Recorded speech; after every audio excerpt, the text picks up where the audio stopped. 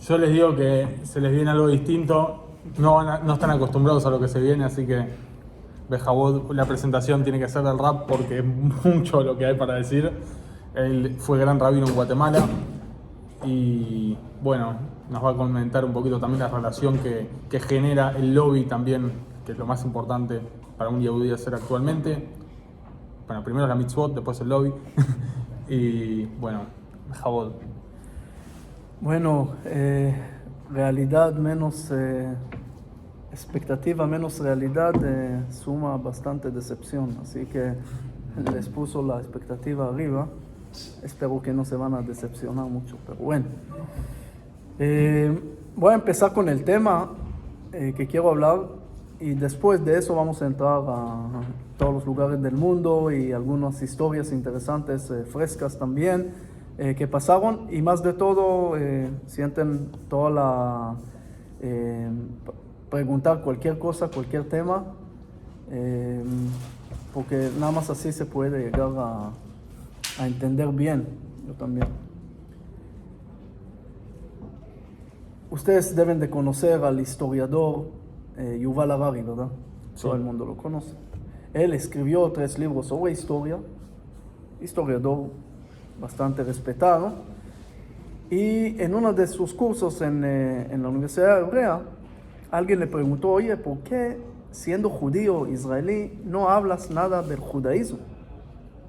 Casi nada, en sus libros, en sus cursos, es decir, hablando de historia, ¿por qué no hablas del judaísmo? Y él dijo una frase.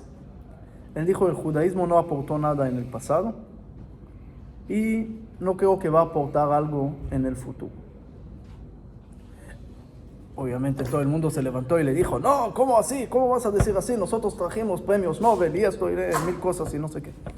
Dijo: está bien, no digo que no, pero es como hablar de la mamá de Einstein. Sin la mamá de Einstein no hay Einstein. Pero ¿eso justifica ahora decir que la mamá de Einstein es la gran cosa que pasó al universo? No. Es decir, ¿qué tiene que ver los premios Nobel de los judíos con el judaísmo?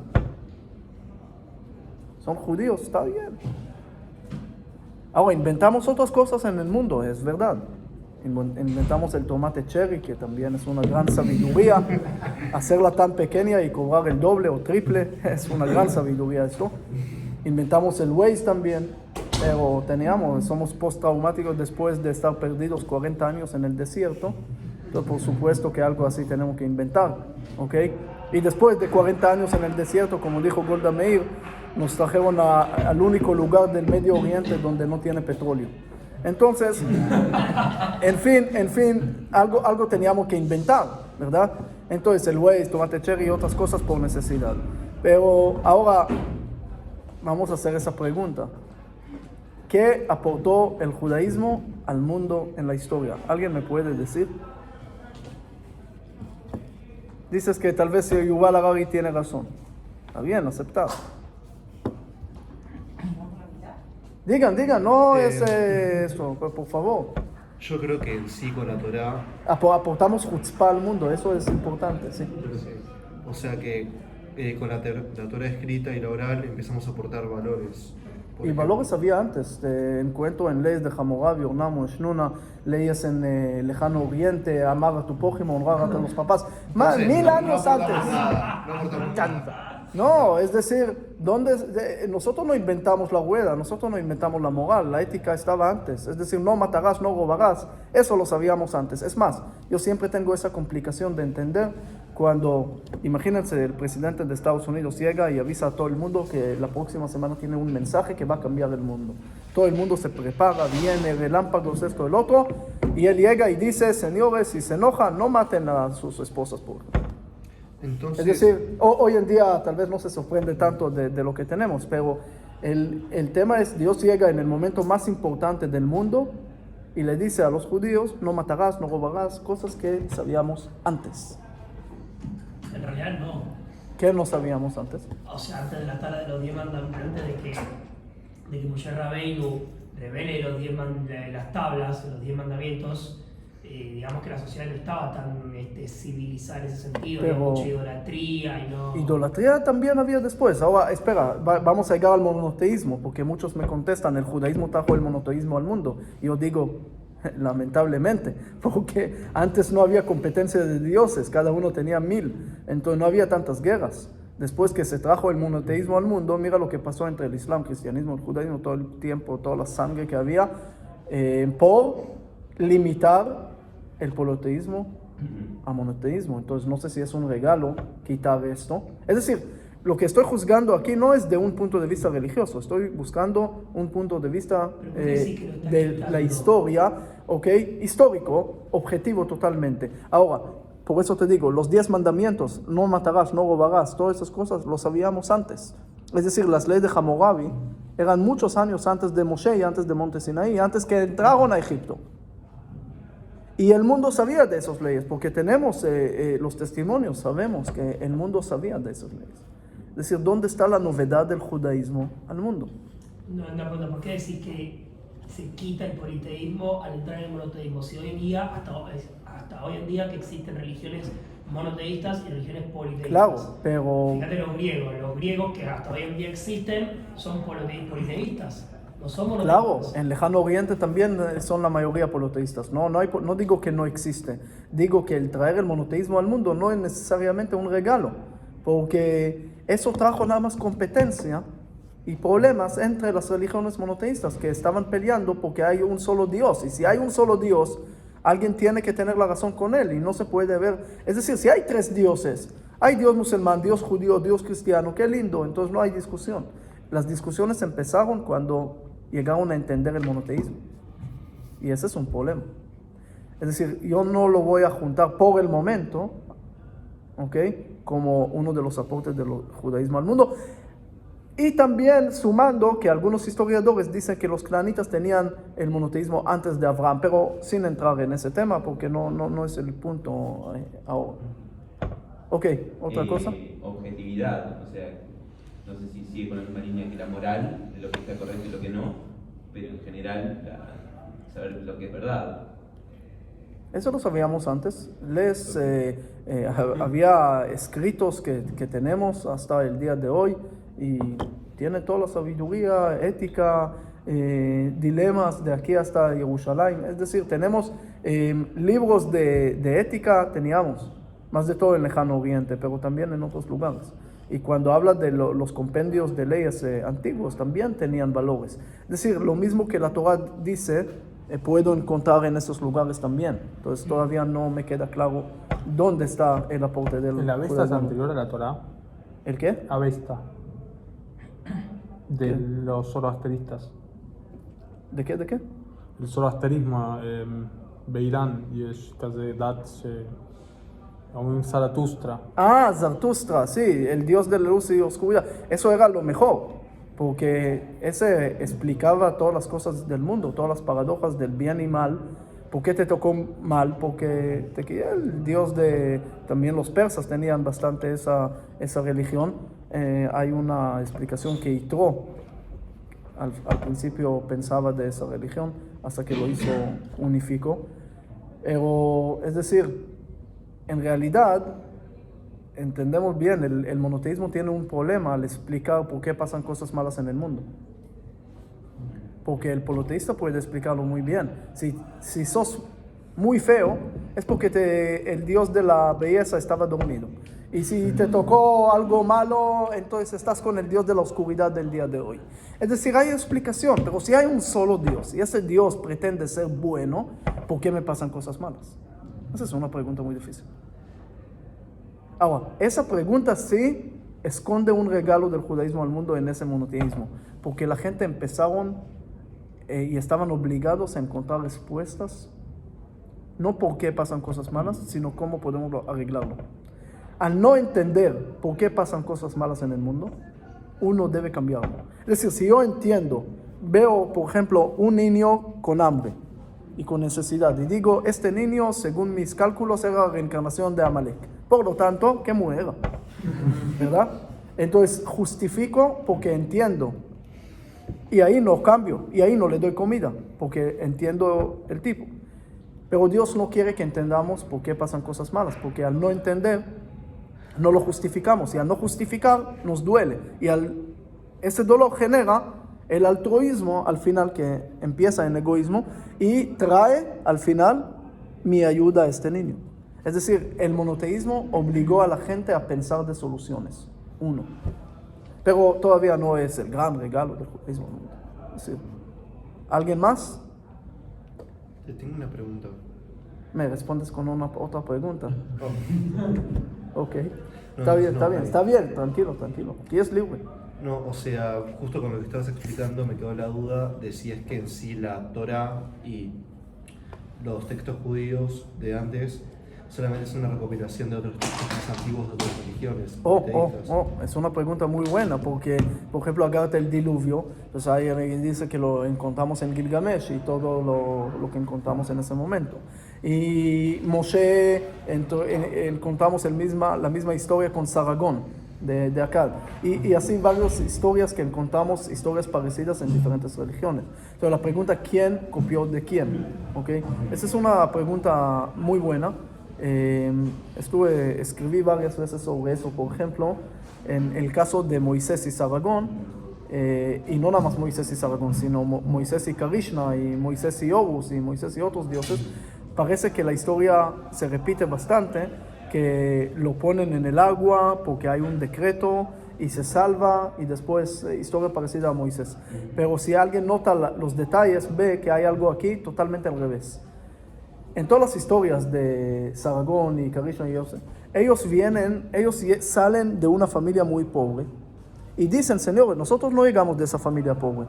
Nuestro origen es del rey, es de una raza azul, de raza especial. Lo que pasa que había un decreto, había un problema, nos echaron al mar y ahí nos salvaron, y esa familia nos salvó y nos adoptó, y por eso ahora estamos viviendo en una familia pobre. La historia de Moisés es al revés. Él sale de la casa del faraón en Egipto. Él sale de la casa del rey y él dice, no soy de esa casa del rey, yo soy del pueblo de los esclavos. Es decir, Moisés es antítesis a los líderes o dioses que pensaban que si van a ser de raza azul, entonces son especiales. Es un líder Moisés popular. dice al revés, soy de los esclavos, de los más humillados. Es una historia al revés, ¿ok? Pero voy a empezar a algunos cambios. Tal vez vamos a llegar a 4 o 5 temas interesantes que creo que al juzgarlo de una forma totalmente objetiva, podemos encontrar una respuesta tajante que el judaísmo trajo al mundo. ¿Ok? Entonces, el judaísmo no trajo la ética al mundo, porque la ética dijimos que ya existió. ¿Ok? Pero el judaísmo lo que trajo es otra cosa mucho más interesante.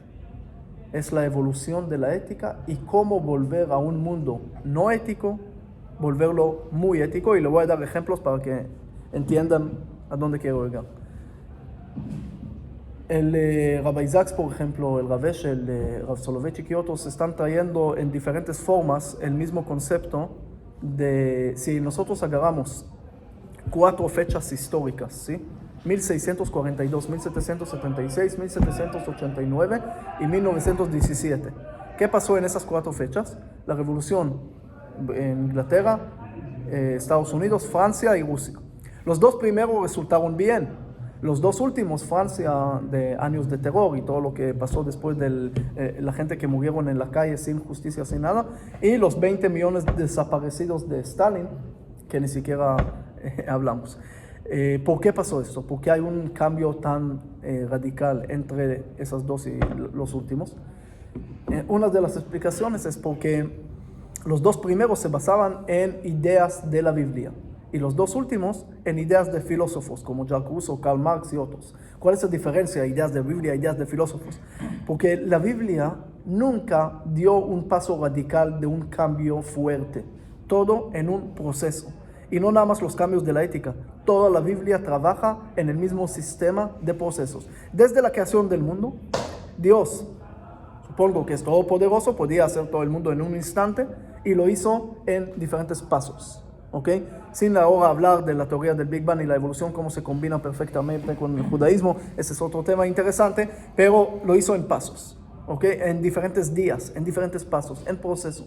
El niño nace, nosotros, los humanos, somos casi los únicos que nacemos antes del tiempo, por asuntos biológicos, ¿ok?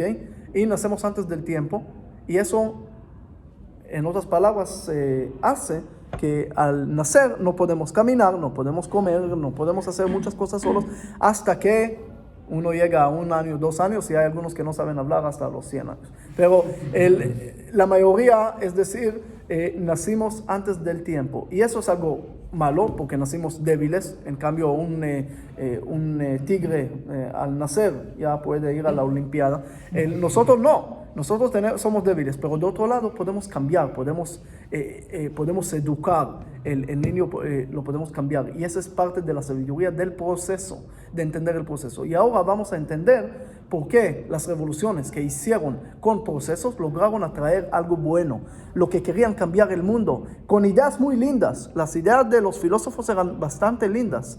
¿Ok? Si uno entra con el comunismo, con todo, tiene lógica, pero cambiar el mundo en un instante genera una reacción y trae más problemas. Eso es lo que pasa hoy en día en Israel, en paréntesis, porque no quiero hablar de política, sobre la reforma judicial. Hay muchos que están de acuerdo con la reforma judicial, pero no están de acuerdo con la forma, porque hicieron una fiesta y después se sorprende porque la gente se sienten amenazados, porque querían cambiar algo que tal vez hay que cambiar.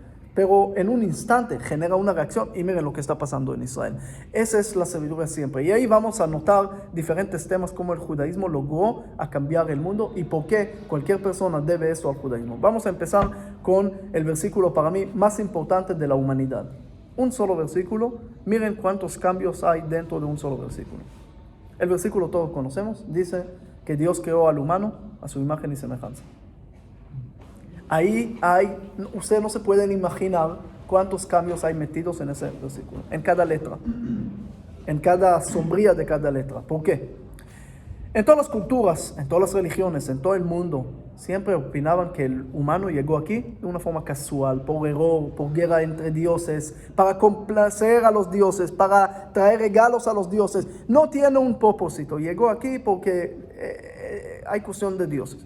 O, según la ciencia, según la teoría de la biogénesis, el comienzo del mundo, de la vida en el mundo, la primera vida, llegó de una forma accidental, de una forma casual. Es decir, no hay propósito. O como dicen los budistas, samsara, no hay significado, porque todo es casual. Y el humano está aquí como cualquier otro animal. Como dijo François-Marie Roy, ustedes lo conocen como Voltaire, tal vez tiene una novela que se llama Zadig, que él dice que los humanos son como insectos de tamaño sobre un planeta tan grande que verlo de una forma retrospectiva no hay ni significado ni nada. Y si quieren leer Stephen Hawking o otros que dijeron el humano es nada de nada y piensa que es todo, pero en realidad no tiene ningún significado.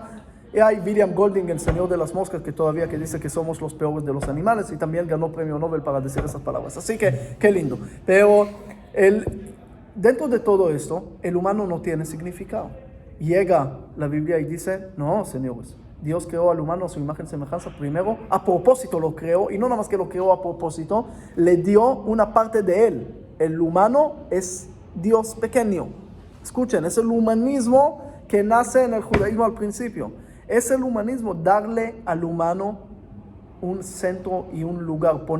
La Biblia no pone a Dios en el centro. ¿Cuántos versículos hay sobre Dios y la creación del mundo en toda la Torah?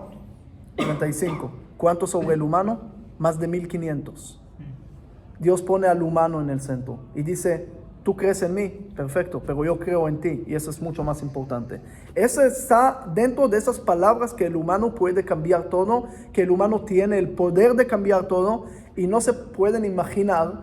Yo siempre cuando lo leo de nuevo me asusto otra vez. Hay una discusión de los sabios y Rabbi Eliezer sobre un asunto halágico, de un horno, si es kasher o no, ¿sí? Y el Rabbi Eliezer trae pruebas de todo lo que pueden imaginar, trae pruebas de una voz de Dios, que él tiene la razón. ¿Y qué dice el Jajamim? Dicen, Señor Dios, con todo respeto, usted se queda arriba, nosotros aquí decidimos qué hacer con la Torah. Lo bashamaymi, no está en el cielo. Nosotros aquí decidimos.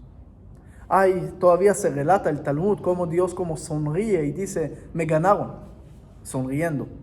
Es decir, búsquenme una religión, una cultura donde uno no puede, debe ganar a Dios. Es decir, en el Islam viene de la palabra litmaser, entregarse. El cristianismo también, el aceptar. El budismo, todo el lejano oriente es aceptar la maldad, es entender, vivir con esto, llegar a nirvana dentro de esto. El judaísmo en ese versículo pone al humano a un lugar como Dios. Y por lo tanto, Él puede cambiar el mundo, Él puede decidir. Y lo podemos ver en muchos lugares de la Biblia, cuando Noé, por ejemplo, hace todo lo que Dios pide y es bonito, aparentemente. En cambio, Moisés siempre discute y hasta le dice a Dios, bórrame de tu libro. Y cuando llegamos a decir cuál es el ideal de Dios, Noé es el culpable del diluvio y Moisés es el más fiel que tenía. Quiere decir, Dios busca a la gente que cambian en contra de su decisión. La profecía también, la profecía exitosa, por ejemplo en Grecia, ¿qué era la profecía? Sinónimo de tragedia, porque si la profecía dijo que Edipo va a matar a su papá, entonces va a matar a su papá y no hay solución, no hay cómo escapar de eso, y así pasó al final. En Roma también la fortuna era algo que ni modo, no se puede cambiar, y así en todo el mundo. También la teoría cosmológica de Grecia hasta Einstein también, el modelo del universo estacionario, que nunca había cambios, nunca había un comienzo. En la Biblia está escrito que había un comienzo, había un caos y después hay cambios. La profecía exitosa es de Jonás, que leemos en Yom Kippur, que sí se cambió, que no se cumplió. Eso es lo exitoso. De Irmiau es un fracaso cuando se cumple. Es decir, aquí hay algo tremendo. Aquí, y eso es lo que cuando Dios ve a Moisés y ve la zarza y ve el fuego y le dice, ¿por qué hay fuego? Y en otras palabras dice, ¿por qué hay sufrimiento, Dios? Si Dios existe, ¿por qué hay sufrimiento? ¿Y qué Dios le dice? Yo estoy. Ahora, ¿te molesta el fuego? Vaya a apagarlo. Vaya a sacar al pueblo de Egipto. Es decir, el judaísmo es una religión que cree en el humano y lo pone en el centro. Pero, entre paréntesis, hay un riesgo. El humano puede pensar que es Dios y exagerar y pensar que es todo. Ahí hay que limitarlo. ¿Cómo limitar al humano que no piensa que es Dios? La primera cosa que Dios hace, no es bueno que esté solo. Si va a estar solo, va a pensar que es completo. ¿Cómo lo podemos solucionar? Trayéndolo a la mujer. Y la mujer es la única que conoce los defectos de su esposo. Es decir, puede ser presidente de Estados Unidos, pero llega a la casa y ahí sale la verdad. Es decir, el humano, una persona casada, nunca puede sentir que es completo, porque siempre sabe que hay que reparar. No es chiste. Esa es una triste realidad. No. Cuando uno lo acepta, entiende que gracias a la mujer puede llegar a ser completo. Después le voy a contar algo. Lo voy a meter rápido para no cortar el hilo. Pero cuando yo estuve en México, como joven, soltero todavía, y por asunto de alguna pandemia que había ahí de los cerdos en 2009, entonces me fui a Israel por el tema que no tenía seguro médico. Entonces llegué a Israel con un amigo y teníamos 2 semanas y algo en Israel y después seguir para el Lejano Oriente. Llegando a Israel, una señora que me conoció, una familia religiosa donde hice Shabbat con ellos, me dice, mira, tienes que salir con tal chica que conociste por mail, por eso no había ni WhatsApp en ese momento. No soy tan viejo, pero era momentos antiguos. Entonces le dije, mira, yo tengo que salir 100%, pero no de aquí, no con ella, sino de Israel, porque tengo el vuelo para salir de aquí. Me dice, no, el otro va. Mira, me empezó así, y me dijo, mira, sálgate, yo te pago el café y no sé qué. Después me salió mucho más.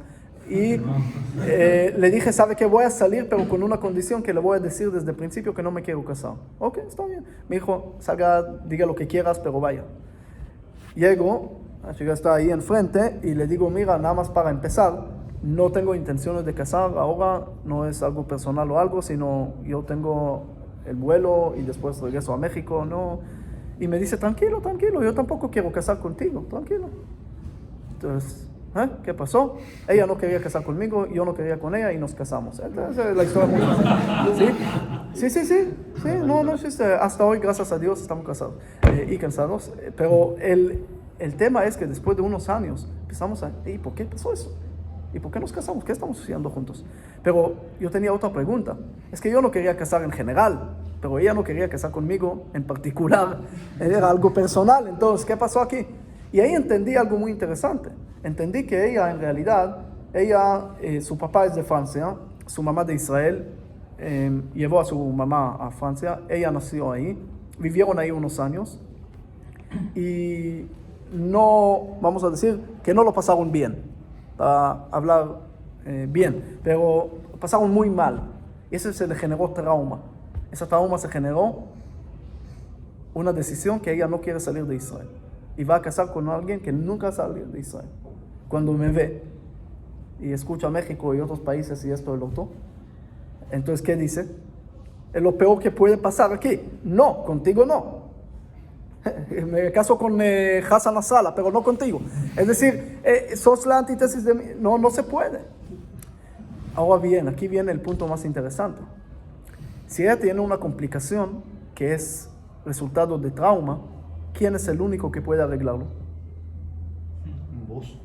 Uno que sale, con toda la humildad, ¿sí? Pero uno que sale y lo va a sacar otra vez y ahora lo va a transformar la experiencia negativa en algo positivo. Pero quedando en Israel nunca se va a arreglar la trauma. Es decir, todas las cosas que nos complican en la vida, yo también tengo traumas y ella también me arregla mis traumas, pero ese es exactamente el tema.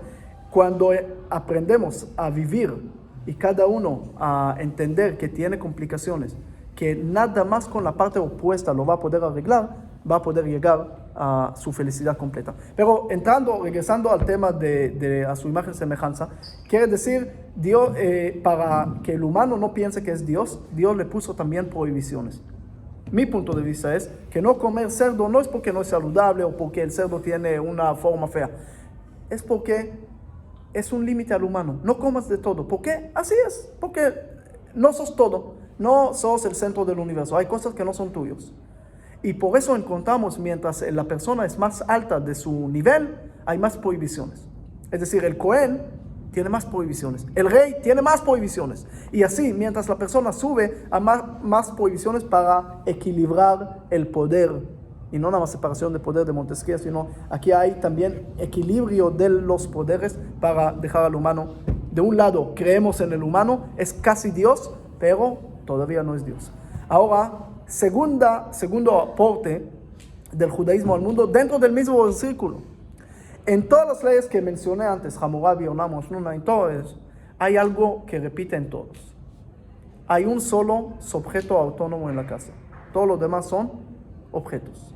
La mujer y los niños. ¿Ok?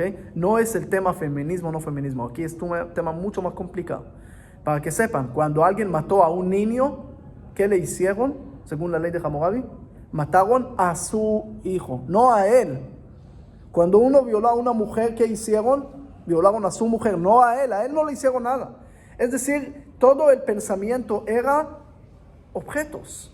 Por eso la gente sacrificaba humanos también, porque eran objetos. Dios era más importante y yo sacrifico mis objetos. Así como traigo $10 al tzedakah, traigo un hijo. Era el mismo pensamiento.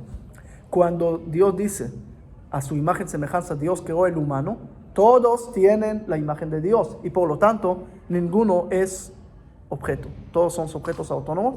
Y eso lo vemos también en la mujer, cuando al principio se llama Isha, que Meish Lukaha, no tiene esencia. Después del pecado, el humano lo cambia de nombre y lo pone Javá, la mamá de la vida, porque entiende que ella va a traer la vida. Entonces aquí hay un aporte bastante fuerte al judaísmo en esto, pero hay otra cosa ahí. Hay igualdad de todos, no nada más de los judíos. Y eso no existió en ningún lugar. Es decir, si uno ve en Roma los patritos y los pablaim, y uno ve en las castas en lejano oriente, si alguien nació de la boca de Dios, entonces va a ser la brahma, y si no, de la pierna, va a ser la shudra. También hay una casta muy importante que la estamos... ¿Ah? Acá en Argentina hay una casta y Baruch Hashem poco a poco se está terminando. Sí, entonces en todo el mundo existió el concepto de gente, incluso Aristóteles, cuando puso que hay gente que nacieron diferentes y así tienen que morir, a Platón escribió que los esclavos nacieron esclavos y no hay chance y no hay que hacer. Quiere decir, el judaísmo en ese momento, en el mismo versículo, trae y dice que a su imagen y semejanza Dios creó al humano, a todos los humanos. Quiere decir que aquí no hay castas, aquí todos comienzan del mismo lugar y aquí viene el espacio humanitario donde no hay cambios. Es decir, antes de ser religiosos, antes de ser políticos, antes de cualquier otra diferencia, hay una pertenencia general de todo el mundo que tiene que arreglar el mundo. Ese es el espacio humanitario que tenemos en común. Y esa es parte del Tikkun Olam que estamos hablando. No es nada más Tikkun Olam para los pobres, para la gente que necesitan. Es entender la fuerza que yo tengo, es entender el significado que yo tengo y entender la igualdad de todos. Y por eso después, ahí el judaísmo comienza el proceso. El judaísmo no es el más feminista, ahora te voy a decir, porque hay cosas que se encuentran diferentes. No pretendo decir que el judaísmo es el completo, pero es el que empezó el proceso, que gracias a esto, hoy en día podemos tener un mundo mucho más ético. Quiere decir, ¿ustedes saben en qué momento le dieron derecho de elegir a las mujeres en Suiza, en Europa, en Estados Unidos, en Australia? Entre el siglo XVIII, el siglo XIX, hasta el siglo XX en algunos países. Quiere decir, en la mayoría no había derecho de mujer. La primera religión que vio a la mujer como un sujeto autónomo y no como un objeto del humano era en el judaísmo, en esos versículos. Y ese es el primer cambio que trajo después, ya en proceso. Al final vamos a llegar a un mundo más ético. La misma cosa pasa con Abraham cuando Dios le dijo, agárrate a tu hijo y sacrifícalo. No era la prueba, porque todo el mundo sacrificaba niños. Encontramos testimonios tanto en aztecas en Guatemala o maya, en México y Guatemala, o en África, en Papúa Guinea, que estuve hace poco y todavía existieron los caníbales y sacrificaban humanos. Es decir, en Mesopotamia, ni hablar, llega Dios y le dice, agárrate a tu hijo para que todo el mundo escuche las siguientes palabras, no lo mates. Por primera vez en la historia, Dios dice que no quiere muerte. No quiere morir y no quiere que mueras por su religión. Es más, cuando hay riesgo de vida, se anula la religión. Ese es un cambio radical. Entonces le dije a la persona, el hecho que hoy respetas a tu mujer, el hecho que hoy no sacrificas a tu hijo, y el hecho de hoy que tu hijo es educado, porque la educación tampoco existió. Moisés cuando saca al pueblo de Israel de Egipto, en vez de decirle hagan un pirámide de agua competencia a los egipcios, dice enseñen a los hijos. Y Rabbi Yoshua ben Gamla, el siglo II, es el primero del mundo que pone escuelas como obligación para los niños. No existió antes. Hoy no podemos pensar sin esto. Pero si juzgamos el ambiente histórico donde estaban en ese momento, el judaísmo fue la primera religión de tocar y poner los cambios en cada tema que hoy en día hablamos de ética. Entonces, claro, el Rav Kook dice que al final no vamos a comer ni animales, claro, porque es parte del proceso. De sacrificios humanos llegaron a sacrificios animales, de animales llegaron a los rezos. Y de lo que tenemos hoy, pronto vamos a imprimir carne y pollo y todo lo que quieran. Entonces, va a quitar la especialidad de la carne de Argentina. Va a ser, todo se puede imprimir en todos los lugares. Pero esto, ahora en 200 años, van a sentar aquí unas personas y van a decir, hace 200 años comieron animales, qué malos eran. Es anjoronismo, ¿cómo lo llaman en español? No puedes juzgar la historia de acuerdo a tus ojos de presente, porque la ética es algo que se evoluciona. Entonces el judaísmo, le dije, si hoy en día no sacrificas a tu hijo educado y respetas a tu mujer y no tienes esclavo, porque tampoco el judaísmo anuló la esclavitud, no anuló, dijo que se puede, pero metió condiciones dentro y le dijo, tienes que respetarlo, tienes que darle más de comer, tienes que darle la almohada única que tienes. Y le dio un día de descanso cada semana. Y ese hizo que el esclavo por primera vez probó la libertad y ahí peleó para conseguirla al final.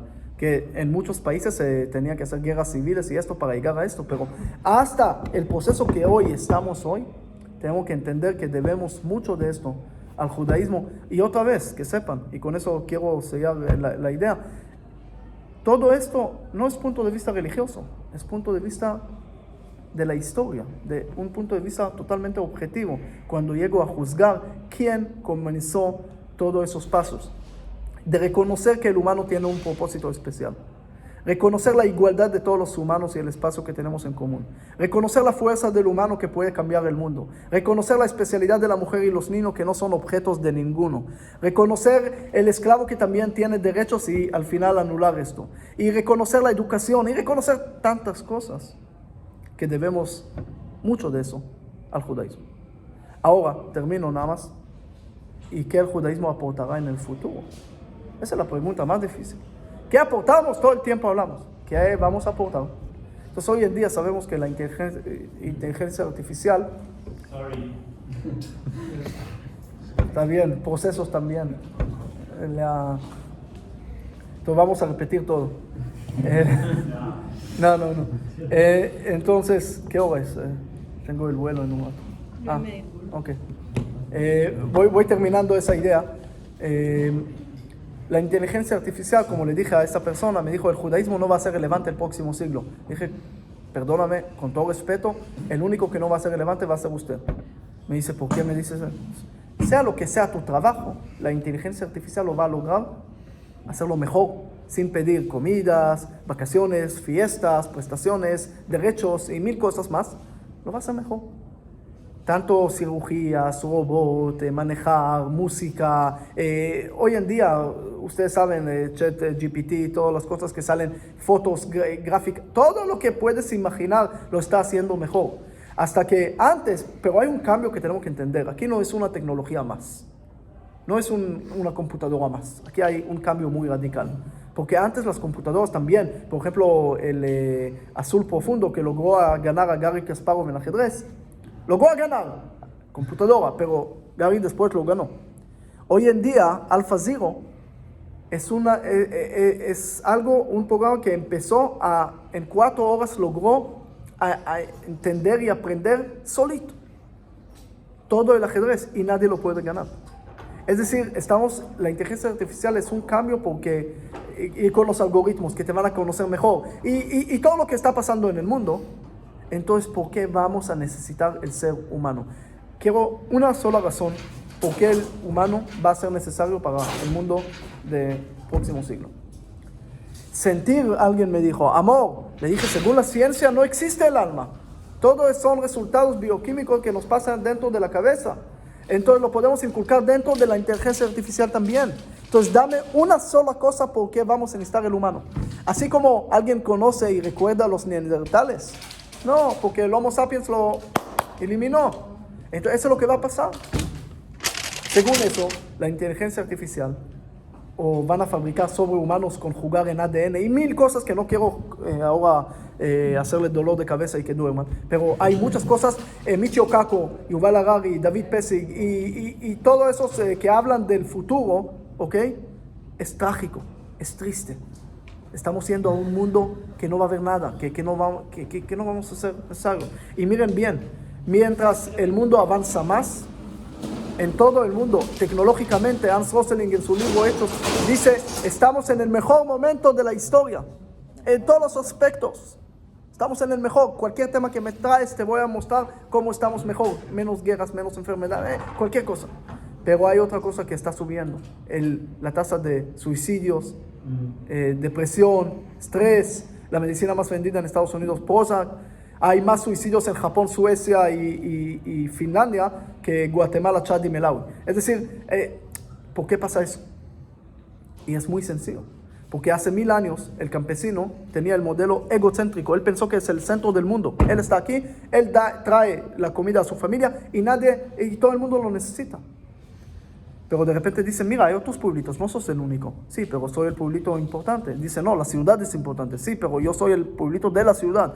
Sí, pero hay otros continentes y encontraron América y esto, el otro. Sí, pero mi planeta, el modelo geocéntrico, es el centro del mundo. Dice, sí.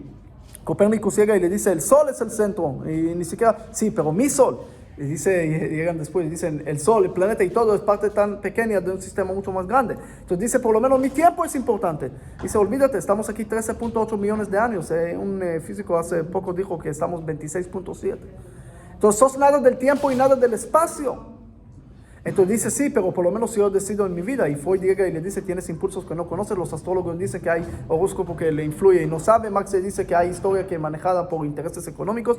Y hasta que dice, soy especie animal. Y Darwin le dice, sos parte del mono, olvídate. Y dice, sí, pero por lo menos existo. Y llega Descartes y otros y dicen, ni siquiera existes. Así que mientras la ciencia avanza más, el humano se encuentra que es más pequeño, vive más tiempo, pero no es necesario. Pierde su sentido de pertenencia. Y ese es el problema número uno que vamos a enfrentar el mundo de este siglo y del próximo. Y llega el judaísmo en ese momento cuando Moisés le pregunta a Dios, ¿cuál es tu nombre? Y Dios le dice, mi nombre es Eye, seré. ¿Qué seré? El futuro. ¿Qué es el futuro? Es un lenguaje del futuro. Dios le dice a Moisés, ¿quieres salir de Egipto? No me hablas de los sufrimientos del pasado. Háblame del futuro. ¿Qué quieres hacer en el futuro? Y esa es la parte única que tenemos como humanos en el alma. Si creemos en el alma, creemos en la imaginación que tenemos. Adán viene de la palabra imaginación, dimayon. Y es la única, nosotros somos los únicos seres que tenemos imaginación. Podemos construir el futuro. Y eso se conecta con todos los aportes que dije en el judaísmo antes y en los procesos.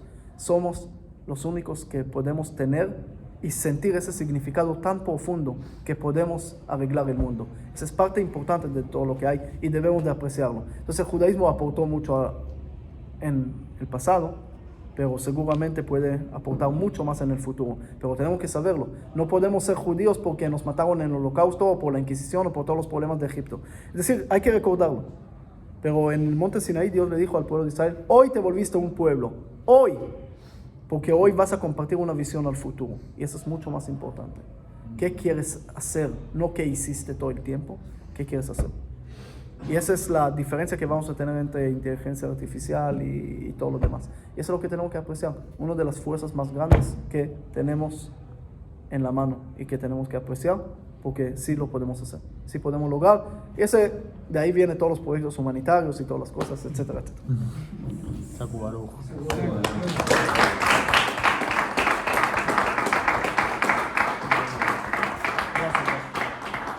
Bueno, si tienen alguna pregunta, alguna cosa.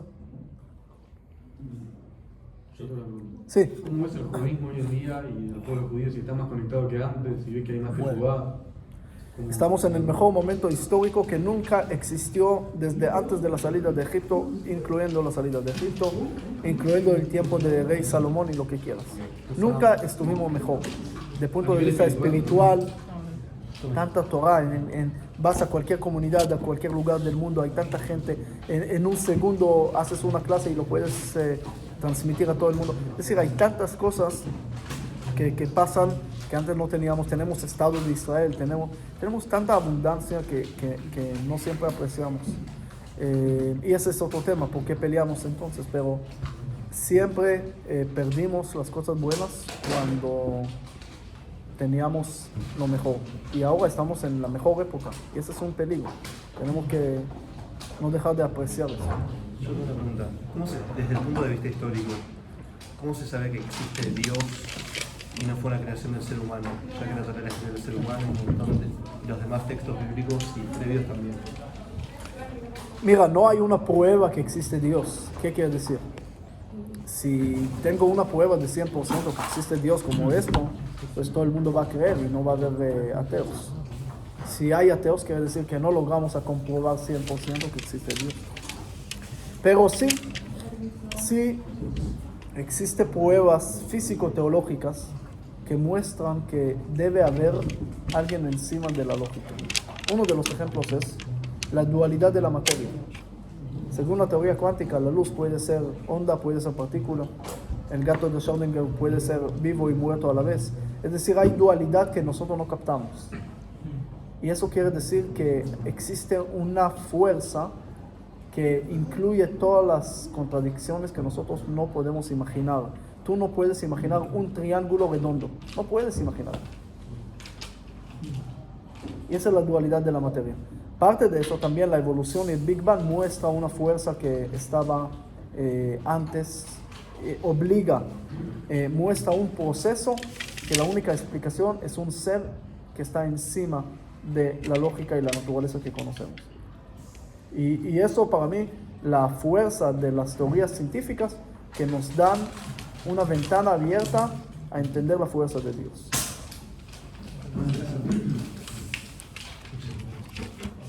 Bueno, vamos a pasar